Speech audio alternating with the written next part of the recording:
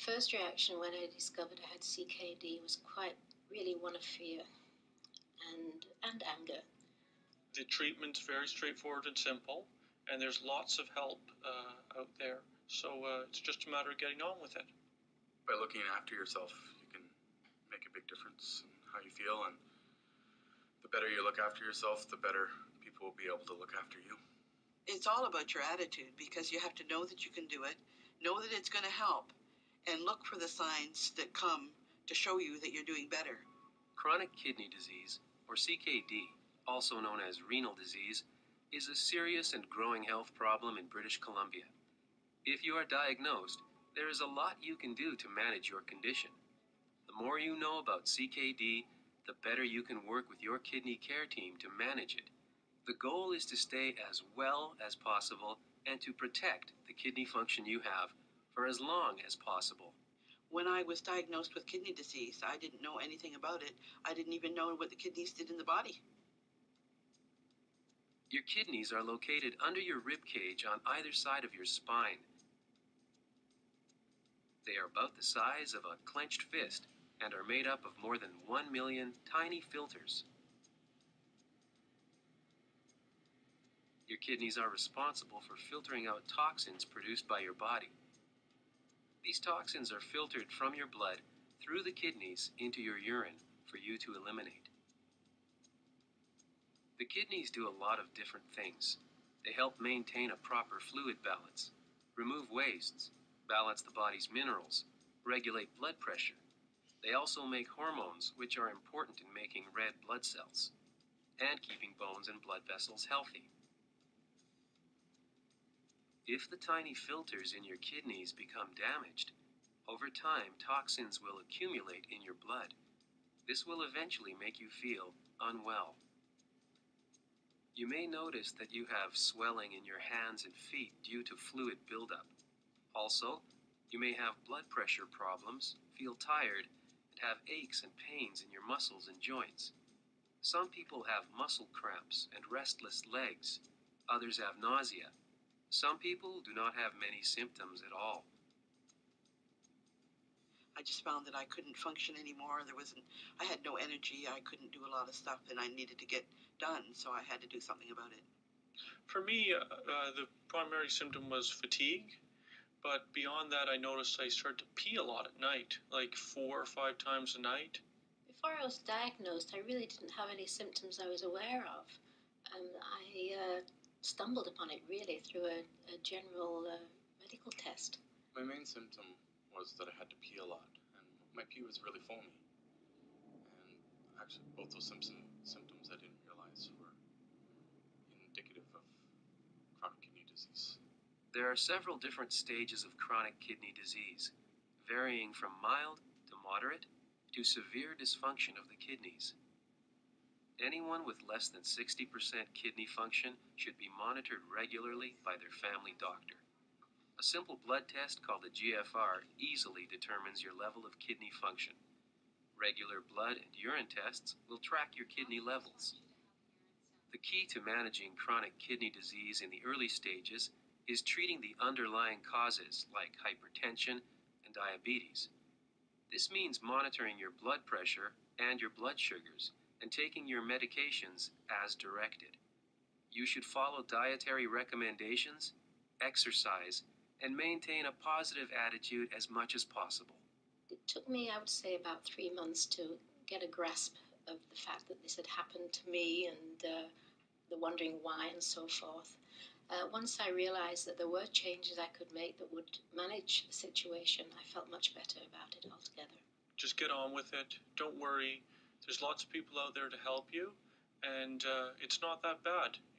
Get your creatinine tested and talk to your GP or nephrologist. What I found very useful to do was that I would make a list of problems that I was having or concerns that I had, so that when I got to the doctor, I could address all those and find the answers for them. When you take charge of your kidney health, you become an active member of your healthcare team. This team includes your family doctor, nurse, dietitian, social worker, pharmacist, kidney doctor or nephrologist, and medical support staff. You may be referred to a kidney care center where, along with ongoing treatment and support, you can access programs and services to help you learn how to self-manage your condition. You can do a lot to stay well and to preserve kidney function for as long as possible. When you know the goals of treatment, you can work to meet them. You will learn where and when to get answers and support.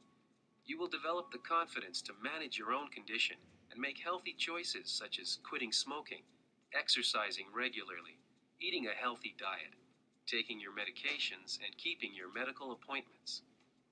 You have to learn to be aware of your situation and the numbers that the doctor tells you about your progress, and keep those in mind at all times when you're out eating or anything like that, or if you're not feeling good, you know where you're standing at a given time, because my numbers go up and down, and I need to be aware of that at all times and act accordingly as far as diet and how far I push myself socially.